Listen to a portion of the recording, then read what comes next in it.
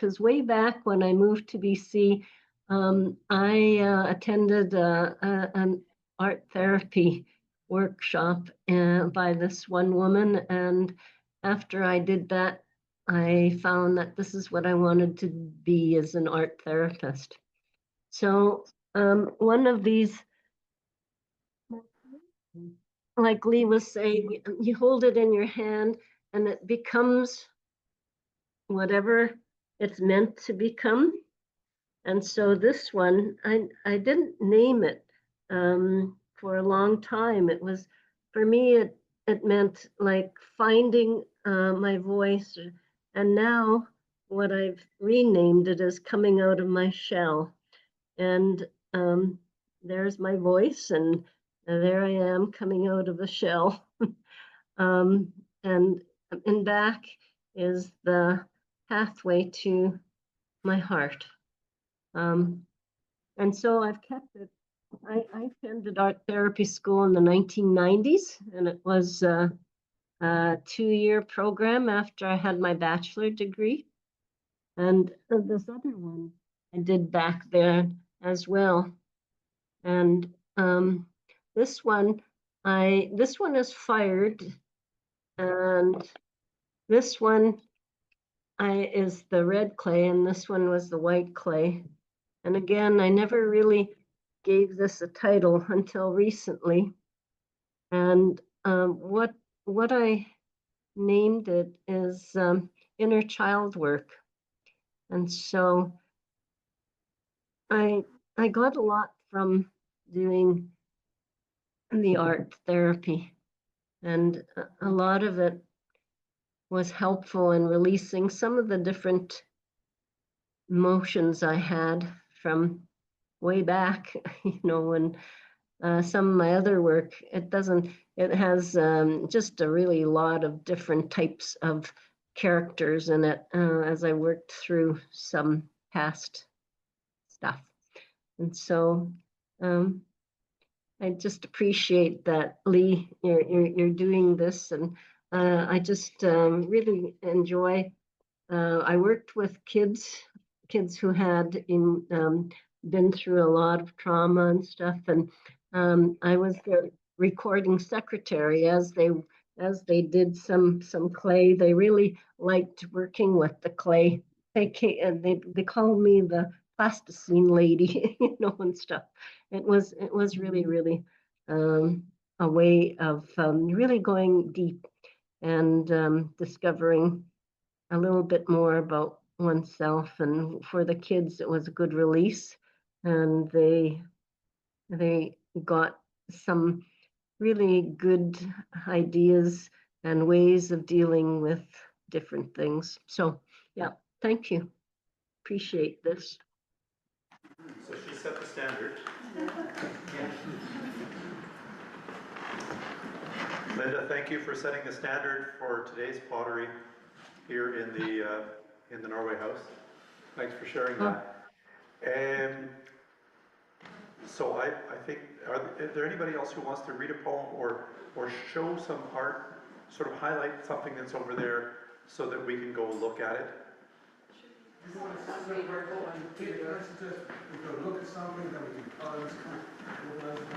I want to do both, but I don't, if someone has prepared something that they want to come forward and do, I don't want everybody looking at clay over there and just David and me watching from here.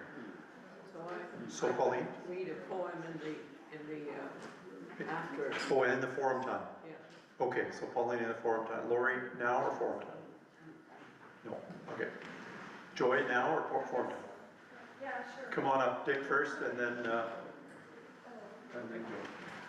Kathy wanted me to let you know that, well, she made, this is a lovely painting that comes from a trip that she made out with her friend Jane years ago into the wilderness. And she also, Kathy, produced 3 children, and those children produced, Simon made a pinch pot. Here's a possible design you could consider. Her daughter Holly made this lovely clay dragon. These will be on the side. And her daughter Eliza made this lovely loon sculpture. with the words, "Take me where the loons are calling," lyrics by Connie Calder, who was here in town just last night. Thank you.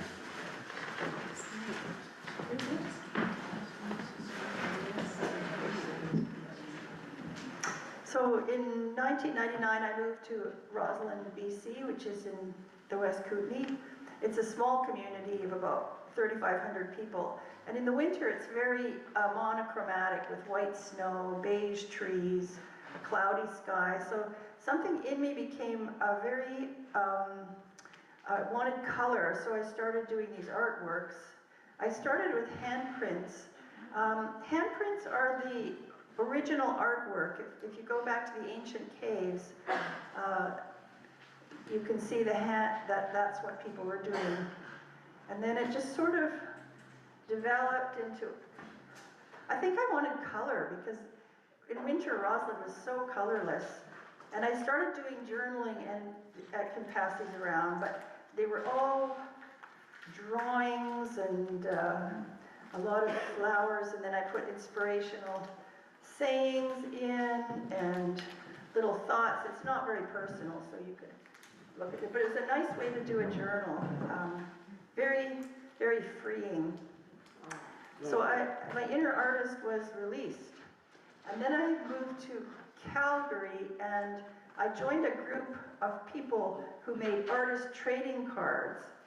This is a very fun kind of artwork where you do artworks on this pieces of paper the size of business cards.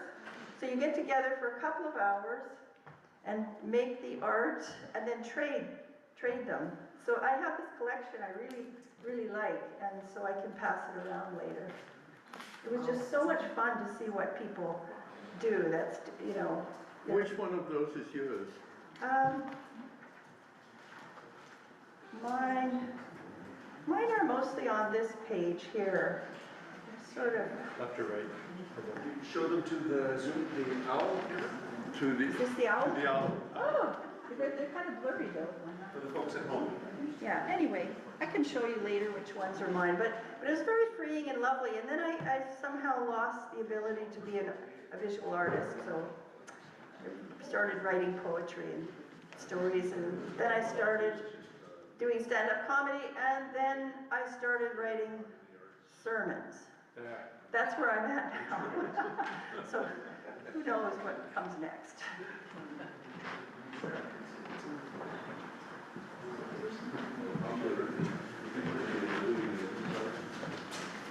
Well, that was fun, Joy. So I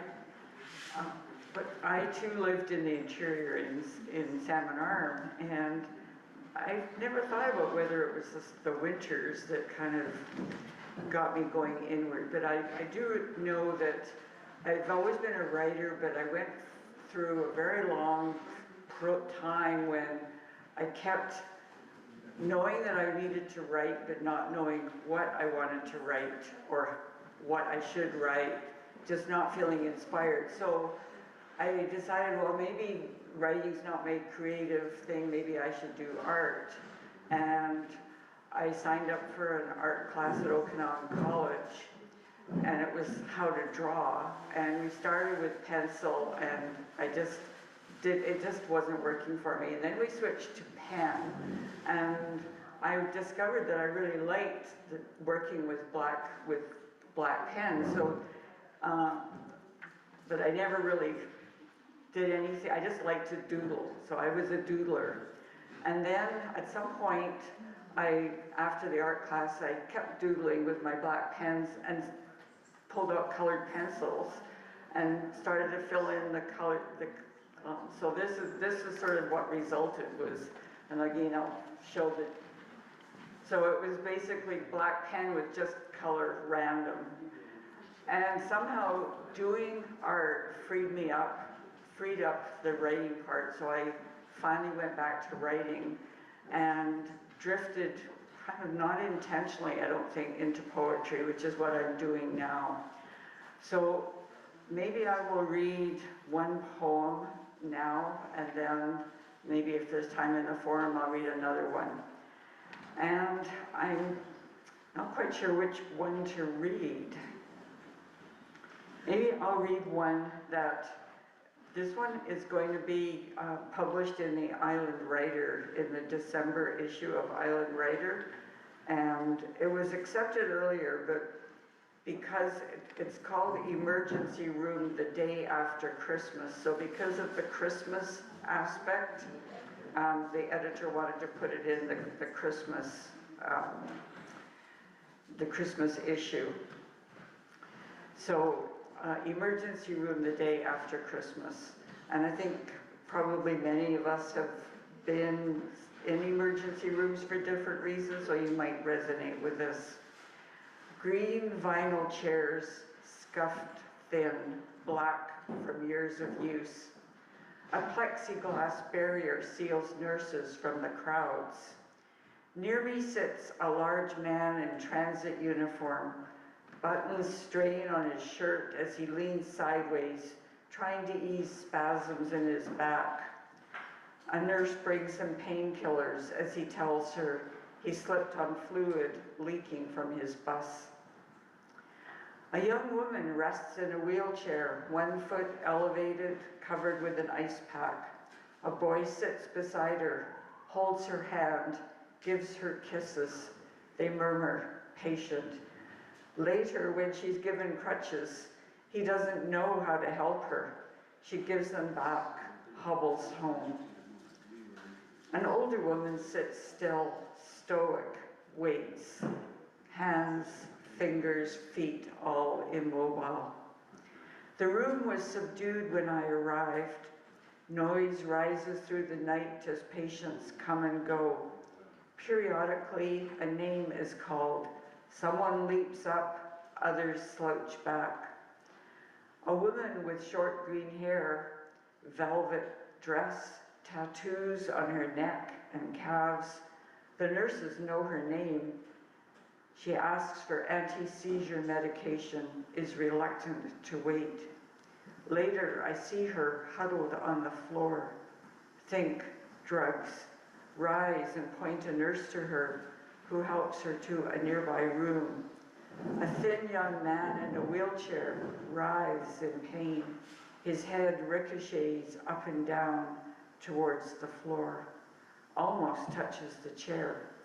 Is that a drug thing too, I wonder? Someone drips a trail of urine over the floor. Housekeeping is called over the PA system. We wait, hours pass, each in our own world of quiet. Conversation is muted, broken by occasional phone ringtones. We are numb to troubles others hold, perhaps judging in the way I cannot stop myself from doing. We are a slow procession of humans, different and the same, waiting. In the muffled noise, the transit driver has worked his contorted body vertical, uses his bus driver voice to the crowd. I have a few Christmas oranges in my bag. Anybody want one? I feel a shift in the room, subtle, or do I imagine the softening? The driver gives one to the young man in the wheelchair, who for a moment stops his writhing, peels it with care, and slowly eats the orange segment by segment. So that's it for me. Thank you.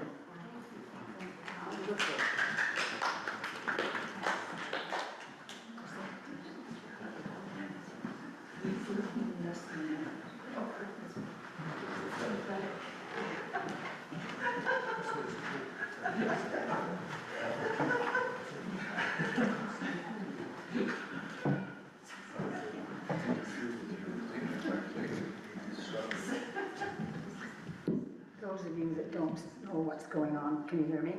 Yeah. What's going on with me, I have double vision and depth perception problems, so this eye patch helps me to read. Art, I've always been an appreciator of visual art of any kind. Took flower arranging, Japanese flower arranging lessons many years ago here in Victoria, and I didn't bring my flowers today, I left them at home. Usually I bring them. This is an example, I'll leave it somewhere, of a whole bunch of little tiles I made of different dogs. I copied some of them, they're pen and ink and watercolor, which I really love doing. I want to read you a piece of Khalil Gibran, that really affected me as a young woman. And I was a mum at the time. And a woman who held a babe against her bosom said, "Speak to us of children."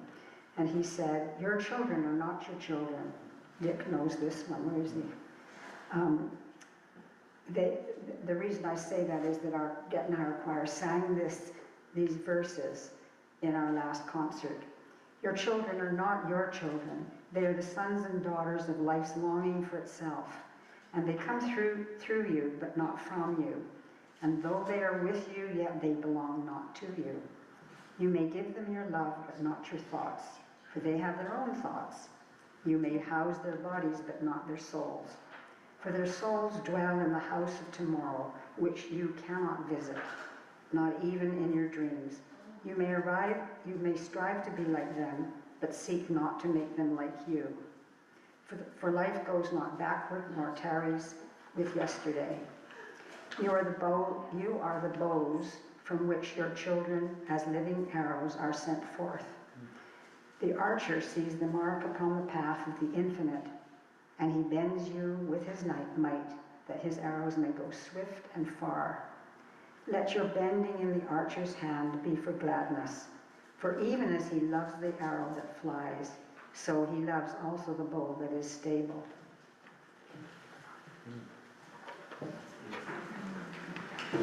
Still meaningful, I have children in my life, and I love children generally, and I have a great-granddaughter, and I think it's pertinent still to how we view children.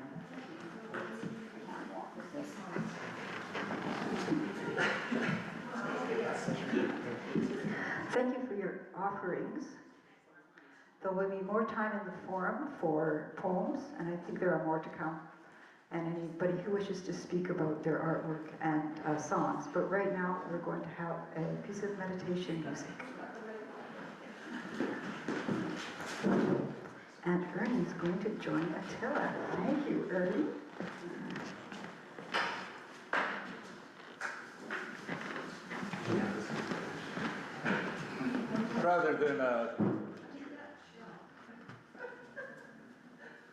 Rather than talking in the forum, I thought I might explain, since we have poetry and we don't have dance, but we have visual arts and all kinds of art. I'd like to talk about my art, which is music. And the piece that I'm going to play is really the basis of music for all Western art music. And the man to whom I refer is Johann Sebastian Bach. The piece I'm going to play is taken from one of hundreds of cantatas that he wrote for occasions like this, Sunday mornings, religious services that went on for 2 or 3 hours. It consisted of solos and orchestral works and sonatas, all kinds of music, and also the liturgy, of course, of the church.